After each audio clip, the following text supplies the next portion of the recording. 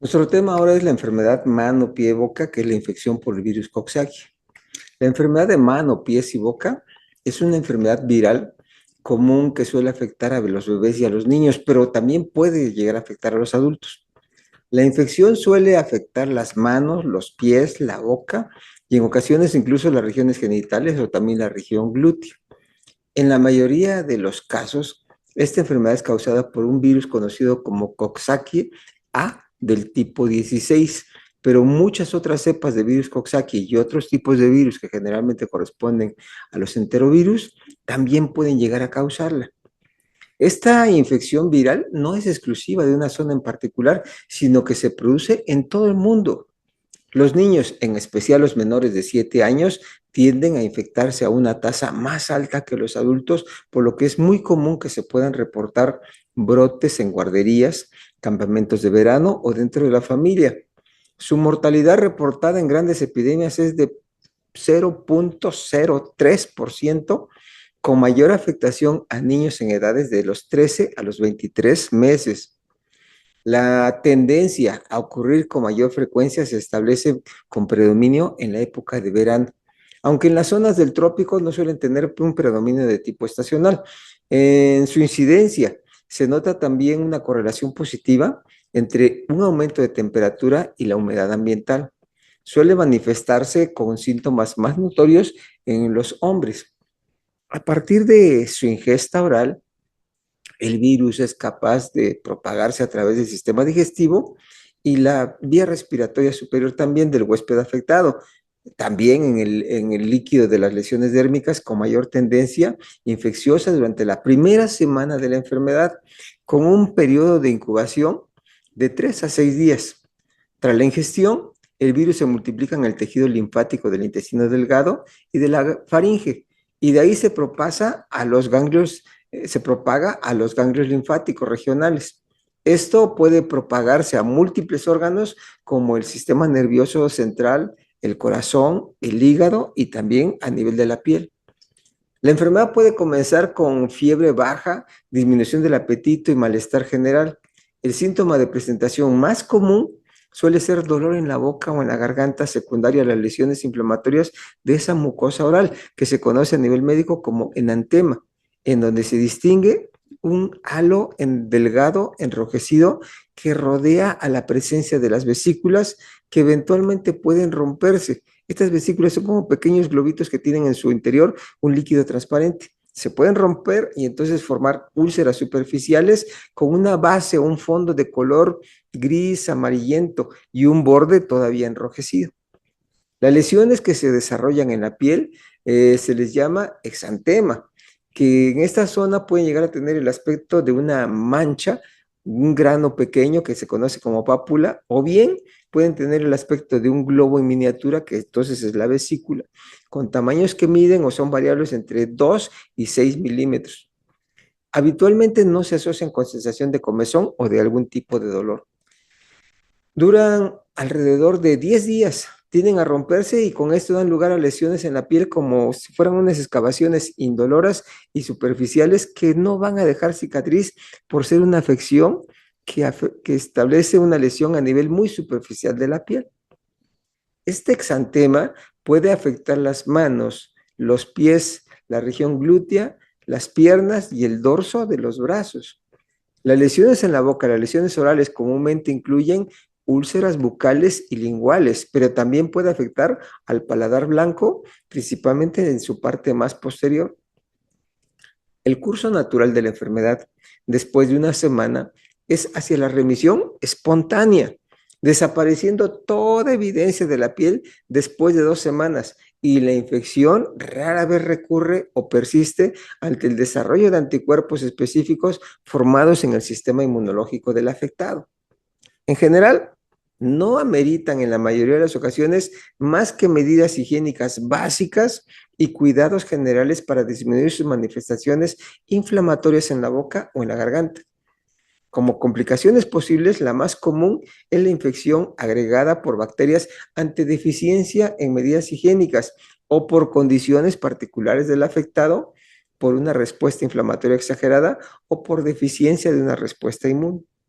Otra posible complicación puede ser también la percepción del dolor de las lesiones ulceradas de la boca, que pueden limitar entonces el consumo de los alimentos, que justificará así a proporcionar líquidos en pequeños volúmenes durante tiempos más prolongados para su mejor tolerancia.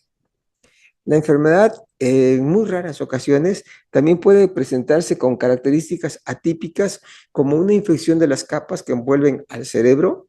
sin evidencia de la presencia de algunas bacterias, que entonces se les identifica a estos cuadros como unas meningitis asépticas.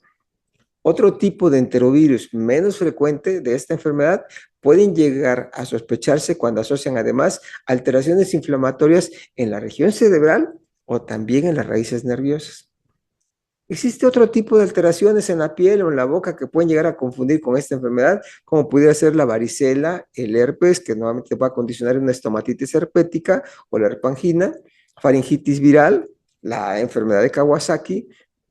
otra enfermedad de la piel que se llama eritema polimorfo, una fiebre maculosa de las montañas rocallosas, síndrome de Steven-Johnson, donde las manifestaciones adicionales contrastan por tener una mayor intensidad en su expresión sintomática. Pero ante la duda, es mejor contar con la evaluación del pediatra o el especialista en infectología pediátrica para garantizar el mejor tratamiento y una evolución posterior.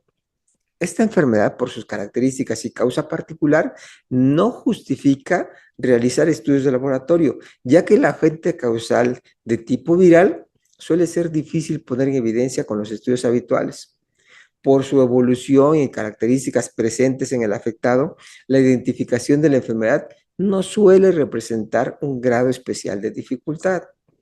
Como medidas preventivas, la educación de pacientes y padres es fundamental para reducir la transmisión de la enfermedad de manos, pies y boca entre niños y adultos. Se ha demostrado que el lavado de las manos es una estrategia eficaz para prevenir la transmisión de la enfermedad.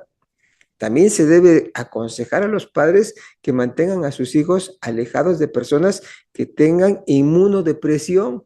como niños en sus primeros 3 meses de vida, los niños desnutridos o aquellos pacientes que se encuentran bajo un tratamiento inmunosupresor o tratamientos para los cánceres, debido al posible riesgo de desarrollar una enfermedad grave en el paciente que está inmunocomprometido. El tratamiento para esta enfermedad, que se resuelve en forma espontánea en un plazo de 7 a 10 días, es principalmente de soporte, evitando tratamientos antitérmicos excesivos, ya que la fiebre, hay que recordarlo, ayuda a la maduración inmunológica en esa edad. Como factores de riesgo se deberán de considerar fiebre elevada persistente, afectación al sistema nervioso, frecuencia cardíaca y respiratorias que estén anormales y alteración en la circulación sanguínea. Cuando encontremos alguno de esos datos, amerite una atención de urgencia para considerar la hospitalización. El reposo es suficiente con 2 días para permitir una respuesta adecuada del sistema inmunológico y vigilar también su temperatura. Se ha notado, en cambio, una actitud exagerada en algunos centros escolares al pedirle a los familiares de los pacientes afectados, quizás por los directivos que son del magisterio, maestros o tal vez persona que no tiene relación con conocimientos médicos, que eviten su asistencia a estos centros durante los siguientes 7 días como mínimo, con el objetivo de prevenir el contagio a otros alumnos. Esta medida obviamente no es necesaria, ya que cuando se produce la multiplicación inicial del virus e inicia su diseminación por las partículas en saliva o secreción respiratoria, el afectado en ese momento no tiene evidencia alguna de esa enfermedad y esto permite la diseminación al resto de sus compañeros en una condición en la que no se puede llegar a sospechar que ya se están contagiando a todos los niños.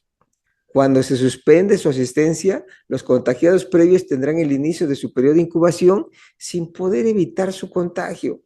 Por otra parte, la convivencia con estos microorganismos a esta edad del ser humano influye para modificar la respuesta de maduración inmunológica de una forma muy natural, para tener así entonces una función normal para el resto de la vida. Cuando al contrario se le evita esta estimulación natural con la variedad de microorganismos, ese sistema inmune madura de forma alterada y es posible que esa generación de niños muy cuidados que tenemos desde hace tal vez del 2020, puede empezar a desarrollar durante su infancia o su adolescencia, en forma posterior, enfermedades por un sistema inmune alterados, como son las alergias, las enfermedades autoinmunes y cuidado, algunos tipos de cánceres que muy posiblemente serán enfermedades que podemos empezar a notar en los siguientes 10 o 15 años, desafortunadamente, luego de las medidas impuestas por la pandemia ante el COVID y sus secuelas de temor en los años posteriores. Se recomienda en especial que si hay alguna duda en la prevención o en la evolución de un cuadro infeccioso en los centros escolares, de preferencia se haga una adecuada asesoría médica, si es posible con el médico que tiene que contarle el centro escolar, o bien pedir la evaluación de una persona experta en ese tipo de problemas, como sería el pediatra o el infectólogo pediatra mejor. Bien, si el tema les ha interesado y quieren compartirlo con familiares o amigos, pueden pasar este enlace a través de sus redes sociales e invitar a todas las personas a que si tienen mayor interés, se suscriban a nuestro canal de video en YouTube, Pediatría Alevas. Sin más, solamente me resta agradecer la atención que nos han dado en esta ocasión, esperando contar con su interés para nuestro próximo tema. Hasta luego, muchas gracias.